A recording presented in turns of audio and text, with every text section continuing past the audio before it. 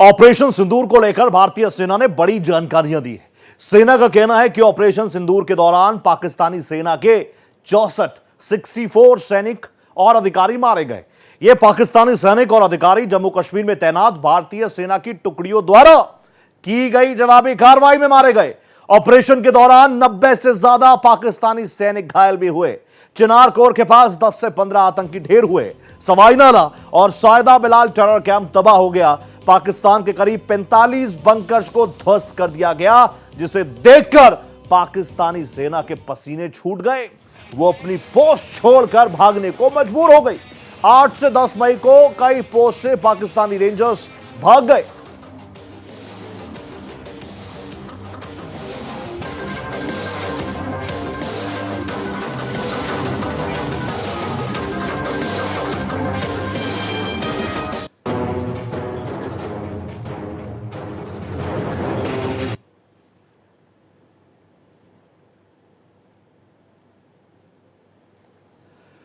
तो एक एक करके जो इंफॉर्मेशन हमें मिल रही है, जो सेना की तरफ से ऑफिशियल बयान आ रहा है, वही मैं आपको बता रहा हूं।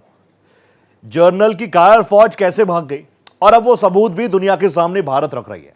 भारतीय फोर्सेस जब जब आती है ना, तब तब पाकिस्तान थर थर कांपता है कि उसकी एक बार फिर से बेइज्जती तो नहीं हो जाएगी। छुपाने का प्रयास करता है, औकात नहीं है, लेकिन फिर भी ख्वाब ये कि हम कश्मीर ले लेंगे, ख्वाब ये कि हम भारत को झुका देंगे। अब असली बात क्या है? एक रात में 64 फौजी मार दिए गए। पाकिस्तानी रेंजर्स के, पाकिस्तान अधिकारियों के, पाकिस्तानी सेना के अधिकारियों को मौत की नींद सुला दिया गया। लगभग 90 से ज्यादा ऐसे अधिकारी हैं जो उस वक्त अस्पतालों में भर्ती हैं, इलाज चल रहा है, किसी को ड्रिप चढ़ रही है। तो यह शौर्य है भारत का। 64 फौजियों को मारा एक रात में, 64 फौजी, और कई फौजी तो मौके से भाग निकले। अपनी पोस्ट छोड़कर भाग जाना। अब एक तरफ हम देखते हैं भारतीय फोर्सेस को, जो कहती है कि जब तक हम खड़े हैं हमारे सिविलियंस बिल्कुल सेफ हैं, सिक्योर हैं।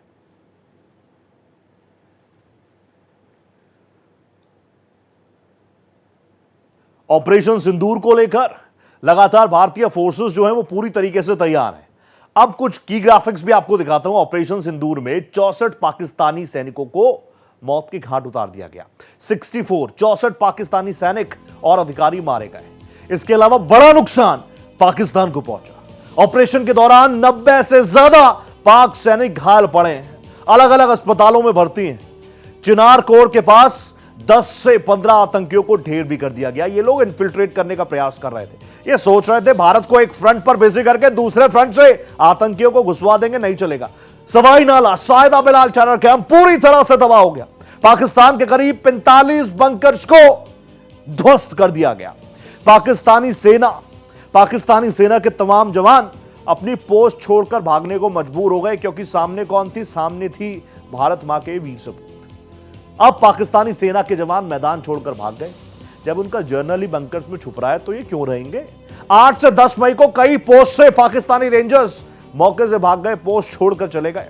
और भारत ने तो हर बार कहा था कि हमारे टारगेट पर ना आपकी फोर्सेस हैं, ना आपके सिविलियन हैं, लेकिन हमारे टारगेट पर हैं आतंकी। अब देखिए, भारत ने हमले में जिन हथियारों का इस्तेमाल किया वो तो अचूक साबित हुए, घातक साबित हुए। साथ ही भारत का डिफेंस सिस्टम भी बेहद सफल रहा। हमारा डिफेंस इतना शानदार रहा कि हमें अटैक करने की जरूरत ही नहीं लगी। पाकिस्तान अपने ड्रोन और मिसाइलें छोड़ता रहा, तो हमारे S-400 मिसाइल डिफेंस सिस्टम के आगे सब टूटे पत्ते की तरह झड़ते नजर आए।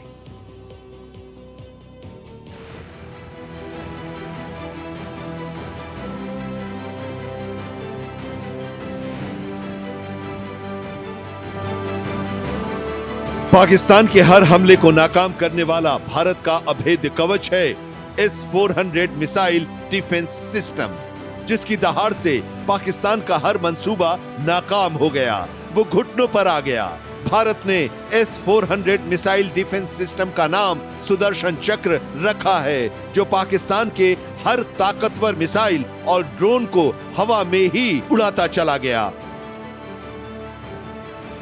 और पाकिस्तान के मंसूबों को नेस्तनाबूद करता चला गया। भारत ने पहली बार S-400 मिसाइल डिफेंस सिस्टम का इस्तेमाल किया है, जिसका दम पूरी दुनिया ने देखा। S-400 मिसाइल डिफेंस सिस्टम ने एक झटके में पाकिस्तान के दुस्साहस को खत्म कर दिया और साबित कर दिया कि क्यों इसे दुनिया की सबसे खतरनाक मिसाइल डिफेंस सिस्टम का तमगा हासिल है। इसकी ताकत का राज छुपा है इसकी 3 तकनीकों में। पहली तकनीक है मिसाइल लॉन्चर, दूसरी तकनीक है शक्तिशाली रडार सिस्टम, तीसरी तकनीक है कमांड सेंटर। इसमें 92N6E electronically steered phased arrow radar लगा हुआ है जो करीब 600 किलोमीटर की दूरी से मल्टीपल टारगेट्स को डिटेक्ट कर सकता है और एक साथ 100 से लेकर 300 टारगेट को ट्रैक कर सकता है। S-400 मिसाइल सिस्टम में जो 400 किलोमीटर की दूरी तक मार कर सकती है। इसकी मारक क्षमता इतनी अचूक है कि ये एक साथ तीनों दिशाओं में मिसाइल दाग सकता है और हवा में उड़ते 36 टारगेट एक ही समय में निशाना भी बना सकता है। यह मिसाइल सिस्टम ड्रोन से लेकर मिसाइल तक के हमले को नाकाम कर देता है। दुनिया का कोई भी ऐसा फाइटर जेट नहीं जो S-400 के रडार से बच सकता है। इसलिए S-400 की ताकत को अभेद्य कहा जाता है। इस मजबूत कवच को भेदना दुश्मन के लिए नामुमकिन है। Bureau report, Bharat express. Operation Sindoor से दुनिया के सामने भारत की कई तस्वीरें सामने आ गई। भारत के एयर डिफेंस कंट्रोल की तारीफें दुनिया कर रही है। हमारा एयर डिफेंस सिस्टम आकाश तीर दुश्मन के मिसाइलों को और ड्रोन्स को किस तरीके से तबाह कर रहा था, यह दुनिया ने देख लिया और दुनिया में अब कौतूहल का विषय बन चुका है कि आखिर क्या है आकाश तीर।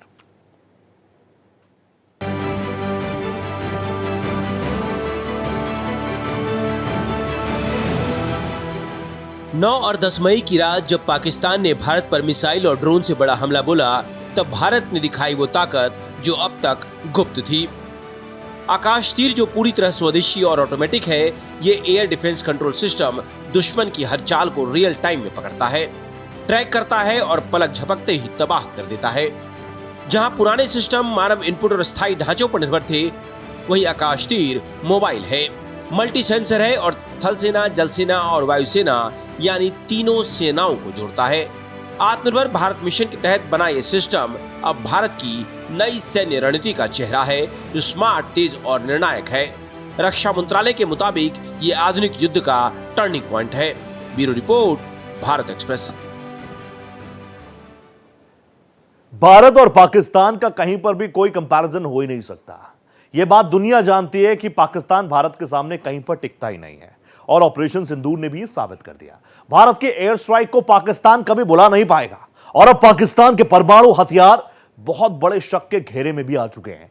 भारत ने पाकिस्तान के परमाणु हथियारों को लेकर खतरे की घंटी को बजा दिया है।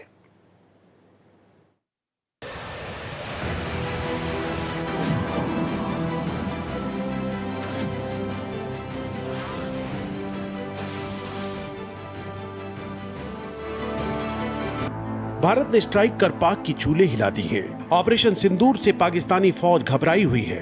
इस बीच पाकिस्तान के परमाणु हथियार बहुत बड़े शक के घेरे में आ चुके हैं और अब बात यहां तक पहुंच गई है कि पाकिस्तान से उसके परमाणु हथियारों का कंट्रोल छीन लेना चाहिए। यानी परमाणु हथियार भले ही पाकिस्तान में रहे, लेकिन उसको चलाने की परमिशन पाकिस्तान को किसी और से लेनी पड़े, क्योंकि इस जिहादी मुल्क के परमाणु हथियार आतंकियों के हाथों में जा सकते हैं। भारत के रक्षा मंत्री राजनाथ सिंह ने मांग की है कि पाकिस्तान के परमाणु हथियारों की निगरानी अंतर्राष्ट्रीय परमाणु ऊर्जा एजेंसी यानी IAEA करे। ऐसे गैर जिम्मेदार और रोग नेशन के हाथों में परमाणु हथियार सुरक्षित हैं?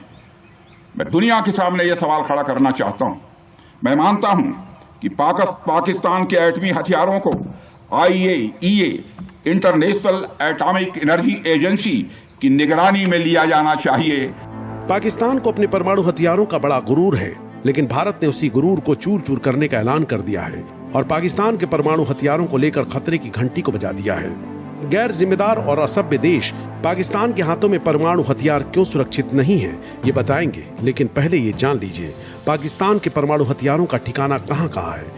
पाकिस्तान के परमाणु हथियारों के 5 अहम ठिकाने हैं, जिसमें किराना हिल साइट, आक्रो मिलिट्री बेस, खुजदार, पानो आकिल शामिल हैं। पाकिस्तान के एटमी हथियार पूरी दुनिया के लिए सबसे बड़ा खतरा है, क्योंकि भले ही अंतर्राष्ट्रीय दबाव के बाद पाकिस्तान आतंकवादियों पर एक्शन का दिखावा करता है, यूएनएससी से प्रतिबंधित आतंकवादी संगठन और आतंकियों को पूरा संरक्षण देता है।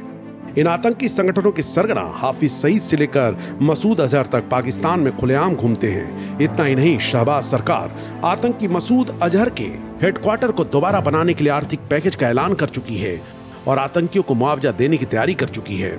ऐसे में हाफिज और मसूद अजहर जैसे आतंकियों से घिरे पाकिस्तान का एटम बम आतंकियों के हाथ लग सकते हैं। इस खतरे की ओर अमेरिका की हार्वर्ड यूनिवर्सिटी की रिसर्चर की एक रिपोर्ट भी इशारा कर रही है। रिपोर्ट में कहा गया है कि पाकिस्तान में सक्रिय आतंकी संगठन एटमी हथियारों पर कब्जा कर सकते हैं। पाकिस्तान की सरकार एटमी हथियारों से अपना कंट्रोल खो सकती है। ऐसे में अब जरूरत है कि पाकिस्तान के परमाणु हथियारों को कंट्रोल में लिया जाए, क्योंकि पाकिस्तान के परमाणु हथियार पूरी दुनिया के लिए खतरा हैं। Bureau report, Bharat express. Operation Sindoor से पाकिस्तान को उसकी औकात दिखाई और दुनिया को बता दिया कि हम भारत जब बात करते हैं, हम जरूर वसुधैव कुटुंबकम की बात करते हैं, लेकिन जब बात हमारे आम सिविलियंस, भारत की अखंडता, संप्रभुता पर आएगी तो किसी भी लेवल पर भारत जा सकता है। देखिए, ऑपरेशन सिंदूर ने अलग अलग लेवल्स पर पाकिस्तान को एक्सपोज किया, लेकिन चाइना भी इसमें एक्सपोज हो गया। दुनिया भर में चाइना के हथियार मजाक का विषय बने हुए हैं। अब कुछ डिटेल्स हैं, वो भी मैं आपको दे देता हूं जल्दी से। देखिए, पाकिस्तान अपने दम पर सिर्फ एक ही चीज बना सकता है। क्या है वो है आतंकी। उसके अलावा ना टेक्नोलॉजी में उसका कोई योगदान है, ना हथियार बनाने में, ना जेट्स बनाने में। तो अब चीन पर वो पूरी तरीके से निर्भर है। अब जो हथियार उसके पास है ना, उसमें 82% हथियार उसको चाइना से मिले हैं। पाकिस्तान इंपोर्ट करता है 82% हथियार पाकिस्तान से, चाइना से। पाकिस्तान मांगता है, दे दो हमें, दे दो हमें, दे दो हमें। लेकिन जो चाइना का माल निकला ना, वो चाइना का ही माल निकला। भारतीय मिसाइलों को इंटरसेप्ट ही नहीं कर पाया। अरे टारगेट लॉक तभी तो करोगे जब इंटरसेप्ट करके करोगे। हमारी मिसाइल्स कब गई, हमारे जेट्स कब गए, with in fraction of second काम करके वापस भी आ गए। ये चीजें वहीं की वहीं रह गई। चीन की air to air PL-15 missile fail हो गई, इंटरसेप्ट ही नहीं कर पाएगी तो फायर, टारगेट लॉक, एलिमिनेट कैसे करेगी। शायद जो शब्द मैंने बोल दिए पाकिस्तान में इनका मतलब नहीं पता होगा उनको, अंग्रेजी आप समझ ही गए हैं। जब उनके औरंगजेब जो कि पाकिस्तानी एयरफोर्स में फाइटर जेट उड़ाते हैं, वो बोलते हैं सेंटर ऑफ ग्रेविटी। बस इसी में काम हो गया, इसी में ताली बज गई, इसी पे मेडल तमगे मिल गए। अब देखिए, दुनिया भर में चीन की साख पर पहले भी सवाल उठ रहे थे, अब और ज्यादा उठने लग गए। आने वाले समय में चीन का डिफेंस एक्सपोर्ट कम होगा, यह भी आप लिख लीजिए। क्यों? क्योंकि अब तो खुद पाकिस्तान कह रहा है कौन सा कबाड़ हमको चिपका दिया। शी जिनपिंग से सवाल पूछ रहे हैं, कौन सा कबाड़ हमको चिपका दिया। हम तो तुम्हारे भरोसे भारत से लड़ने चले थे, हमारी टाइम फिस करा दी। अब आप देखिए, भारत की strikes HQ-9 air defence system रोक ही नहीं पाया। ये ग्राफिक्स में आपको दिखा रहा हूं। HQ-9 अगर आप रिपोर्ट्स में देखोगे, कागज में देखोगे तो बहुत शानदार एयर डिफेंस सिस्टम, असलियत में है नहीं। भारत के फाइटर जेट्स मिसाइलों को पकड़ ही नहीं पाया। हमारे फाइटर जेट्स अंदर तक चले गए, हमारी मिसाइलें अपने टारगेट को एलिमिनेट कर आ गई, लेकिन कुछ कर ही नहीं पाया। भारत ने क्या किया? भारत ने एक रणनीति अपनाई। सबसे पहले चाइना के उस एयर डिफेंस सिस्टम को ही खराब कर दिया, यानी उसको जाम कर दिया, उस पर अटैक कर दिया। अब कुछ बचा ही नहीं था। चीन के एयर डिफेंस सिस्टम पर दुनिया भर में अब सवाल उठ रहे हैं, कौन लेगा चाइना का ये माल। पहले ही बहुत सारे सस्पेंस थे, पहले ही बहुत बड़ा सवाल निशान था चाइना की क्वालिटी के ऊपर।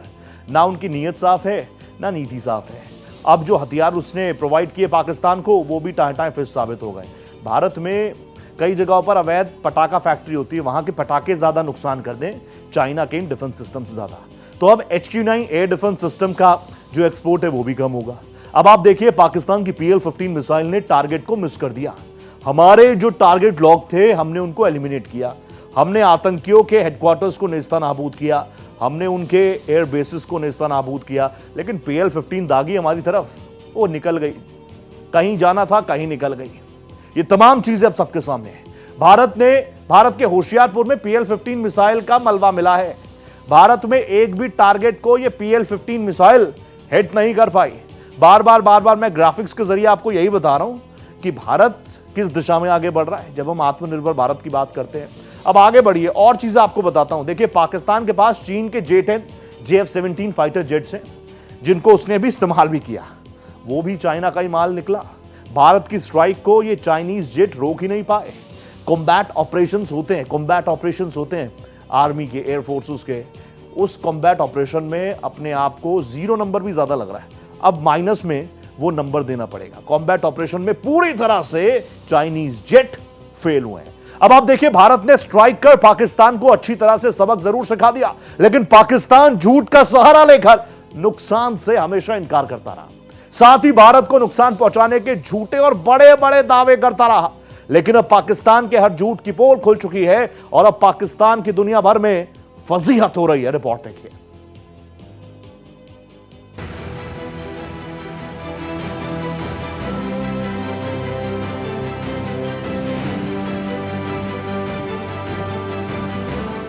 भारत ने ऑपरेशन सिंदूर के तहत पाकिस्तान को ऐसा सबक सिखाया जिसे पूरी दुनिया ने देखा। पाकिस्तान को भारी नुकसान झेलना पड़ा, लेकिन झूठा और मक्कार पाकिस्तान न सिर्फ नुकसान से इनकार करता रहा, बल्कि भारत को नुकसान पहुंचाने के झूठे दावे करता रहा। अपनी सेना की हार पर अपनी पीठ खुद थपथपाता रहा। लेकिन पाकिस्तान के झूठ की पोल खुलती चली गई और अब पाकिस्तान की दुनिया में जगहसाई हो रही है।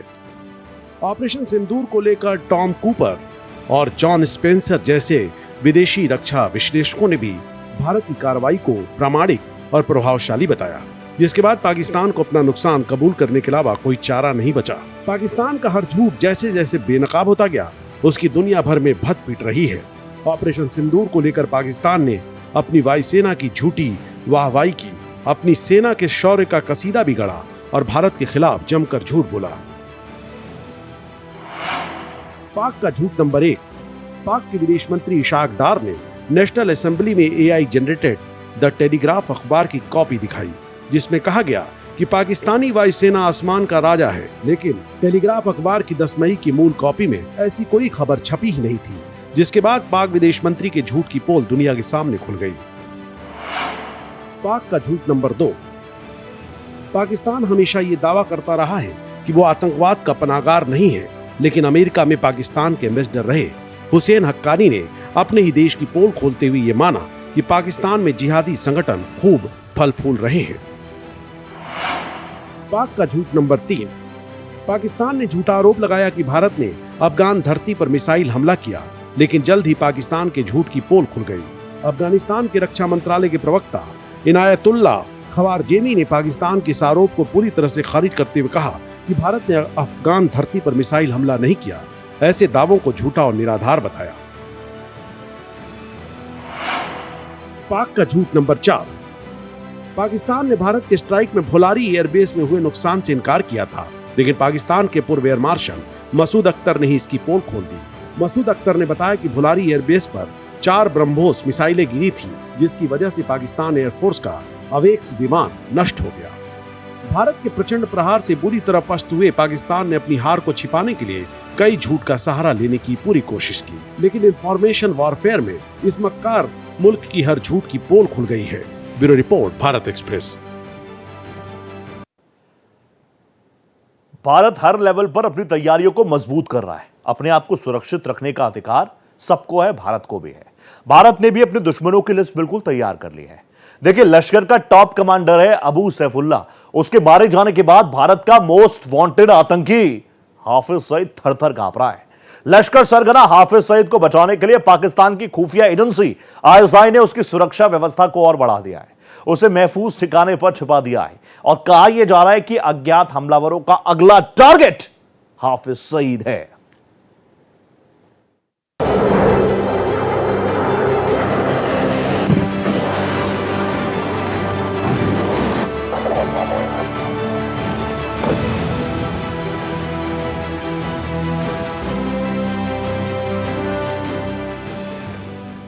लश्कर सरगना हाफिज सईद का राइट हैंड अबू सैफुल्लाह मारा गया, जिसके बाद भारत का मोस्ट वांटेड आतंकी हाफिज सईद थर-थर कांप रहा है। हाफिज सईद को बचाने के लिए मौलानाओं की मीटिंग हुई, तो वहीं पाकिस्तान की खुफिया एजेंसी ISI ने हाफिज सईद की सुरक्षा बढ़ा दी, उसे महफूज ठिकाने पर छिपा दिया। पाकिस्तान में जिस तरह से कई आतंकी अज्ञात हमलावरों की गोलियों का शिकार बन रहा है, उसके बाद हाफिज को डर सता रहा है कि अगला नंबर उसी का आने वाला है। कहा जा रहा है कि पाकिस्तान में आतंकी गुटों की भरमार हो गई है, जिसकी वजह से वर्चस्व की लड़ाई में आतंकी मारे जा रहे हैं।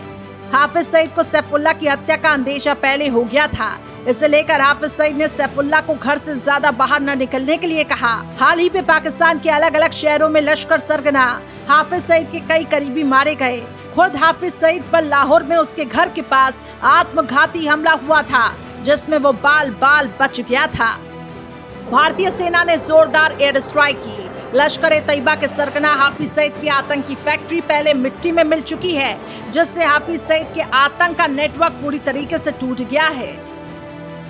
ऑपरेशन सिंदूर के तहत भारतीय सेना, वायुसेना ने 26/11 मुंबई हमले के मास्टरमाइंड और लश्कर-ए-तैयबा के सरगना हाफिज सईद के 3 अहम ठिकानों को पूरी तरीके से तबाह किया, जिसमें मुनीदके, सवाई नल्ला और मरकज शामिल है।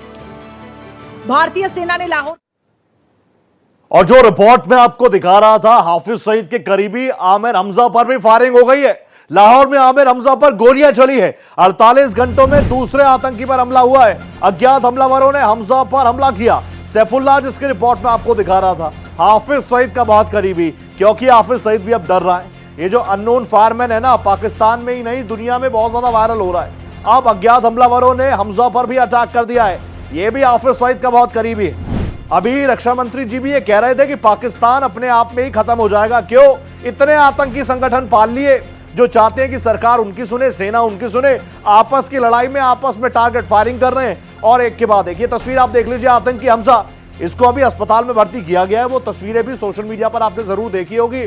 पेट के आसपास गोलियां लगी है, अस्पताल में भर्ती करवाया गया है, बुरी तरह से जख्मी है। और ये कहीं ना कहीं अच्छी खबर नहीं है पाकिस्तान के लिए। भारत के लिए तो अच्छी खबरें हैं, अपने आप ही ये खबरें आ रही हैं। वाह, बहुत अच्छी बात है, हमने टारगेट सेट किया हुआ है और एक के बाद एक भारत के दुश्मनों को अगर कोई एलिमिनेट कर रहा है तो ये तो बहुत ही अच्छी बात है।